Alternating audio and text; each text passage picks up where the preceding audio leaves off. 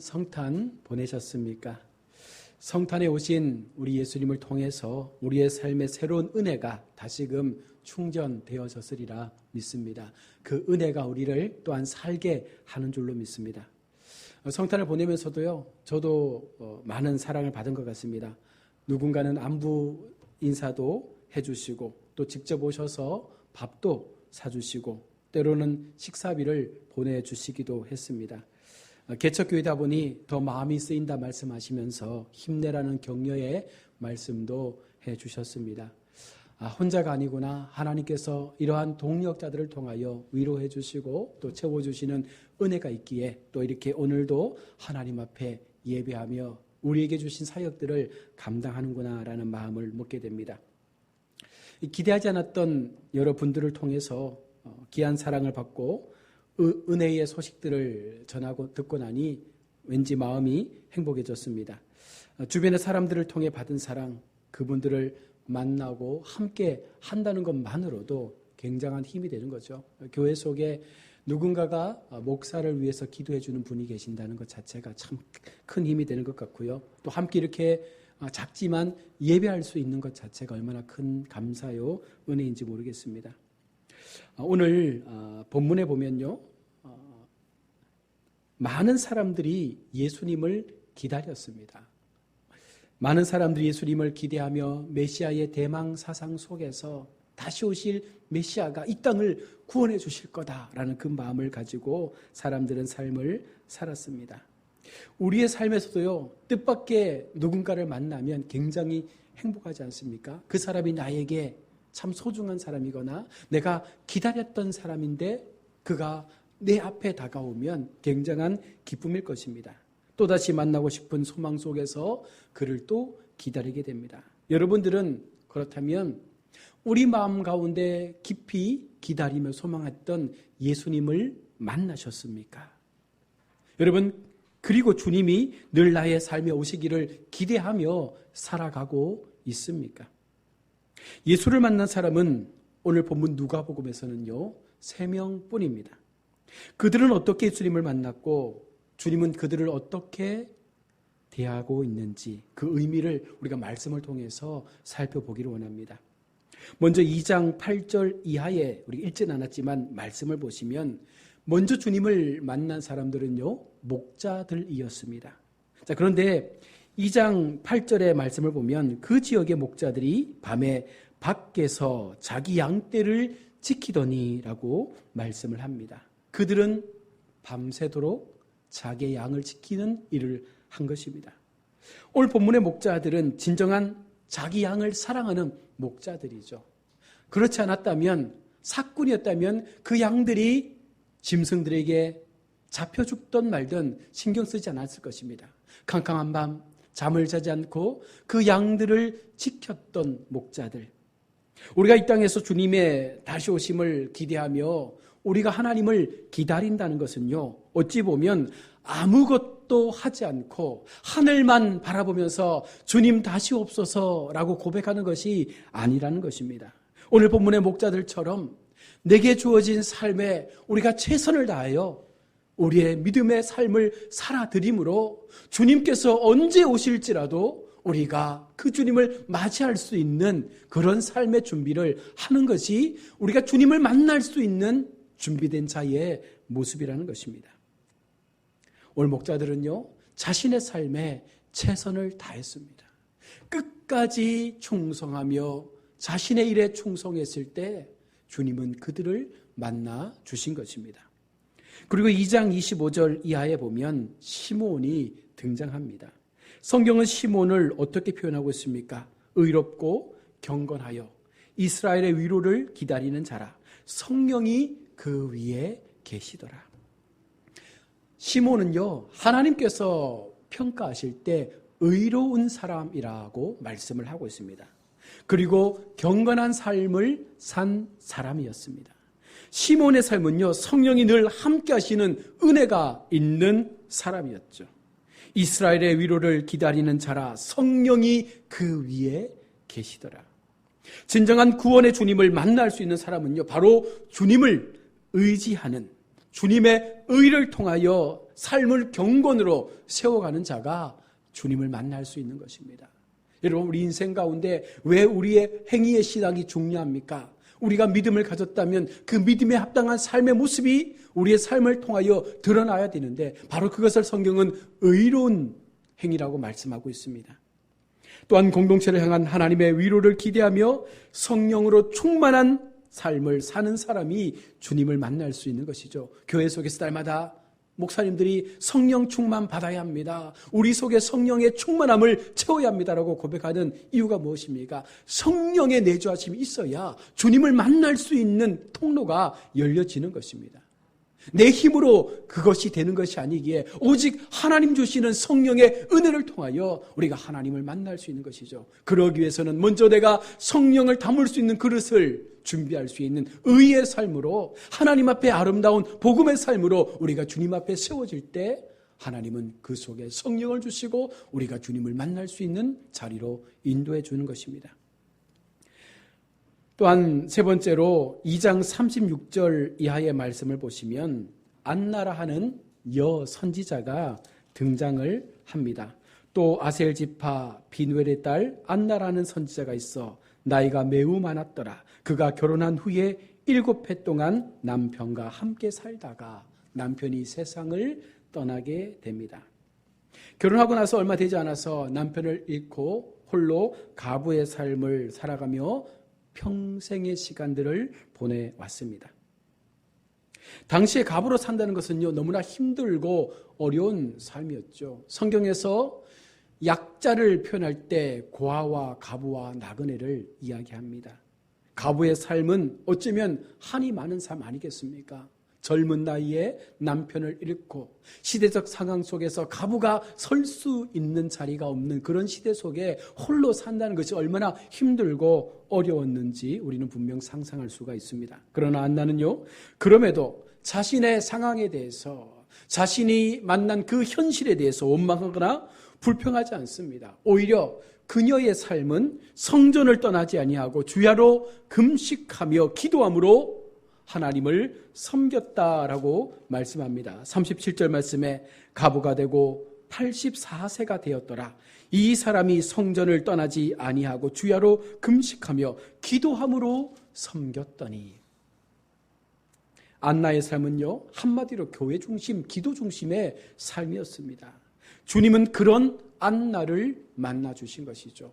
하나님께서 솔로몬에게 말씀하셨습니다. 하나님을 향한 성전을 짓고 난 이후에 하나님 앞에 낙성식으로 그 성전을 하나님께 올려드릴 때 하나님께서 솔로몬에게 하신 말씀이 무엇입니까? 너희 백성들이 이 성전을 향하여 기도하면, 이 성전을 향하여 기도하면 너희가 간구하는 그 모든 것들이 이루어질 것이다라고 하나님은 분명히 약속해 주셨습니다. 여러분, 우리의 삶은 어떻습니까? 힘들다고, 어렵다고, 내 뜻대로 되지 않는다고 불평하며 원망하며 살고 있는 인생은 아닙니까? 하나님은 우리가 어떤 형편에서라도 하나님을 원하는 그와 같은 믿음의 자세를 통하여 교회 중심, 말씀 중심, 기도 중심, 하나님 앞에 그 은혜로 사는 삶을 하나님은 원하시고 있는 것입니다. 그럴 때 우리가 주님을 만날 수 있는 것이죠. 동일하게 예배를 드리고 동일하게 교회를 출입하고 열심히 신앙의 연수를 우리가 쌓아가지만 그 속에 진정으로 하나님을 만난 성도가 있고 그렇지 못한 성도가 있다는 것입니다. 무엇의 차이겠습니까? 교회를 사랑하는 마음, 하나님을 사랑하는 마음, 그 속에 성령이 늘 함께하는 그와 같은 성도, 늘 의로 살아가는 성도, 날마다 말씀 중심의 삶을 통하여 하나님 앞에 주야로 기도하며 하나님의 뜻을 이루며 살기를 원하는 성도, 바로 그와 같은 성도들을 주님은 찾아가시고 만나주는 것입니다. 당시 메시아에 대한 기대를 갖고 살았던 사람들이 굉장히 많았습니다. 그러나 정작 주님이 이 땅 가운데 오셨을 때에, 주님께서 이 땅에 마국간에 아기로 오셨을 때에 예수님을 향한 마음을 전하거나 찾아온 사람들이 많지 않았습니다. 그런데 여러분, 이런 모습은 그때나 지금이나 동일하지 않습니까? 우리는 주님의 재림을 기대합니다. 다시 오실 주님을 소망하며 열심히 무언가를 향해 나아갑니다. 그러나 주님이 내게 오셨을 때 진심으로 맞이할 우리의 삶의 자세가 과연 얼마나 준비되어 있습니까? 예나 지금이나 우리의 마음 가운데 하나님께서 이 땅에 오셨다라는 그 소식을 들었을 때 과연 우리가 하나님을 향하여 예배하는 자리로, 그 은혜의 자리로, 그 축하의 자리로 나아가는 성도가 과연 몇 명이나 되겠습니까? 성탄의 주님을 우리가 예배하고 아기 예수님께서 구유에 나셨을 때에 소수의 사람들만이 주님을 찾아와 경배하며 예물을 드렸습니다.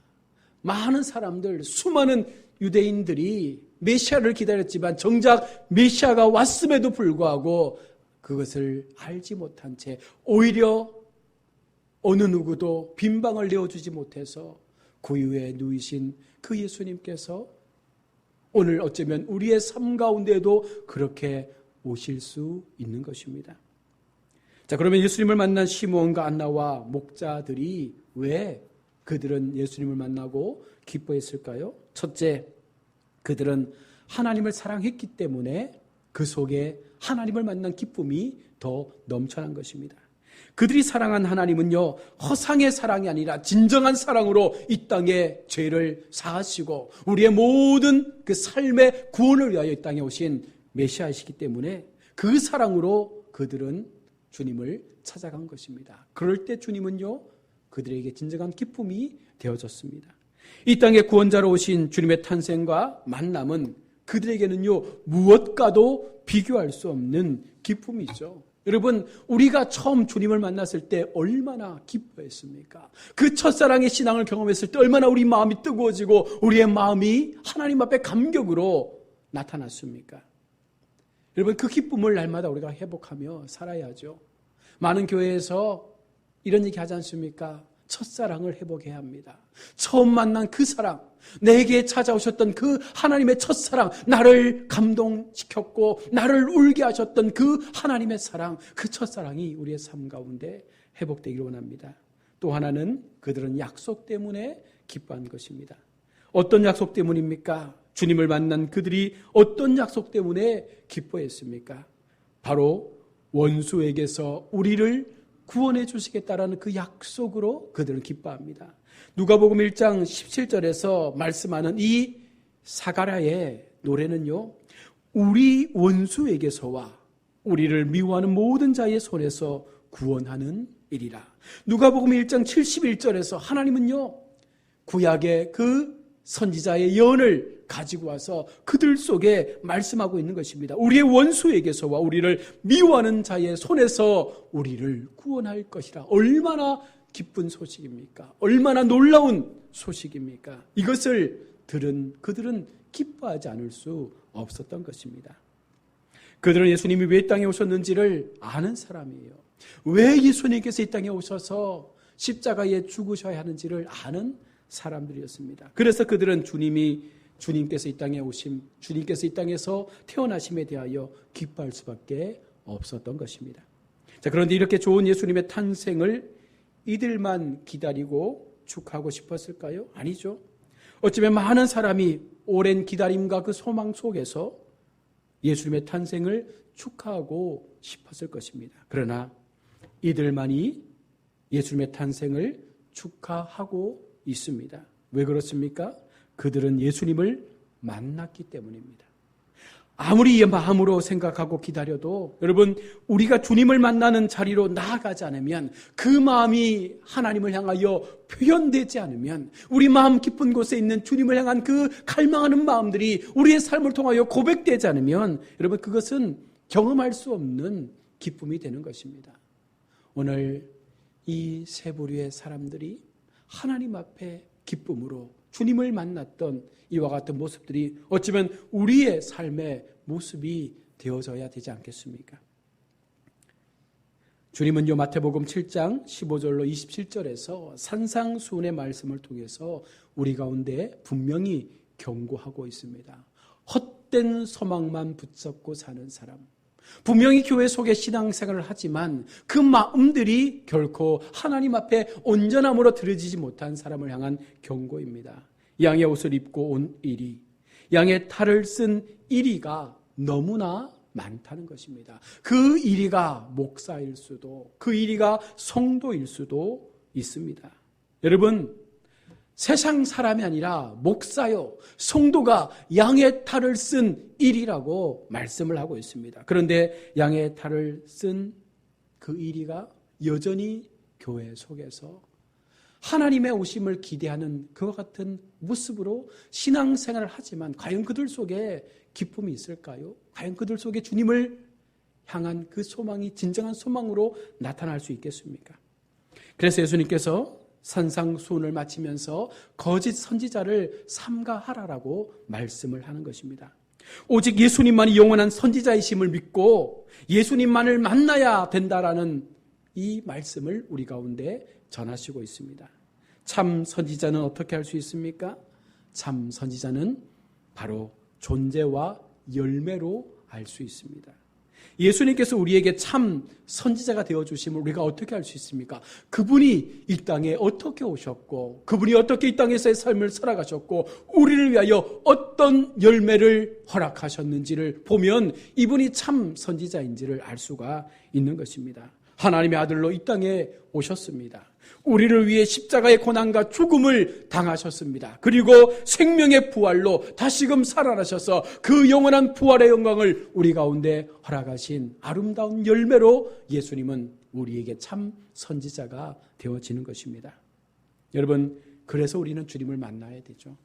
여러분, 우리가 양의 탈을 쓴 이리가 되지 않기 위해서는 우리도 예수님처럼 그와 같은 삶의 모습과 열매를 맺을 수 있는 인생의 삶을 살아야 하는 것입니다. 성경은 분명히 예수님의 존재에 대하여 말씀합니다. 누가복음 2장 12절에서 보시면 구유에 뉘어있는 아기를 보리니 이것이 너희에게 표적이 되리라. 여기에 중요한 단어가 표적이잖아요. 구유에 누워있는 아기를 보리니 이것이 너희에게 표적이 되리라. 예수님이 참 선지자인지, 예수님께서 우리의 참 구원자이신지, 오늘 성경은요, 아기의 구유에 누워있는 아기를 통하여 이것이 표적이 되리라 라고 말씀합니다. 예수님께서 구주로 이 땅에 오심에 대한 표적을 성경은 구유에 누워 계신 모습으로 말씀하는데요. 이 말씀에는요, 많은 어떤 의미를 담고 있는데, 여러분, 주님은요, 어떻게 보면 가장 비천한 장소에 오셨습니다. 그리고 그곳에 찾아온 사람을 주님은 만나 주셨다는 것이죠. 좀 달리 이야기하면 하나님은 화려한 교회, 북적북적하는 그런 교회, 막 분주하고 시끌벅적한 그런 곳에 오는 것이 아니라 어쩌면 가장 가난한 곳, 가장 연약한 곳, 가장 아무도 관심 갖지 않는 그와 같은 곳에 주님이 오신다는 거예요. 그곳에서 주님을 만난다는 것입니다. 여러분, 우리 마음이 하나님 앞에 가난해지지 않으면, 우리의 심령이 하나님 앞에 더 낮아지지 않으면 우리 주님이 오실 수가 없는 거예요. 하나님은 정말 좋은 어떤 여관, 이런 곳에 오신 것이 아닙니다. 말이 여물을 먹는 그 구유에 오셨다는 사실, 가장 낮은 자리에 오셨다는 이 사실은요, 오늘 우리가 어떻게 주님을 만나야 되는지를 분명히 말씀해 주는 표적이 되는 것입니다. 여러분, 우리의 인생이 하나님 앞에 철저하게 낮아질 때 주님은 그곳에 오십니다. 그렇다고 우리가 대형교회를 폄하하는 것이 아닙니다. 하나님은 물론 큰 교회도 오실 것입니다. 그러나 오늘 말씀의 근거에 보면 어쩌면 정말 연약하고 정말 희망 없어 보이고 정말 안타까워 보이는 그와 같은 곳에 주님이 오시지 않겠습니까? 어쩌면 주님의 구원의 역사도 결국은 이 모든 인류의 안타까운 현실과 그 죄악의 모습에서부터 구원하시기 위하여 이 땅에 오신 것이 하나님의 구원의 목적이시니, 여러분, 우리가 그와 같은 마음을 가지고 하나님 앞에 서야 하는 것입니다.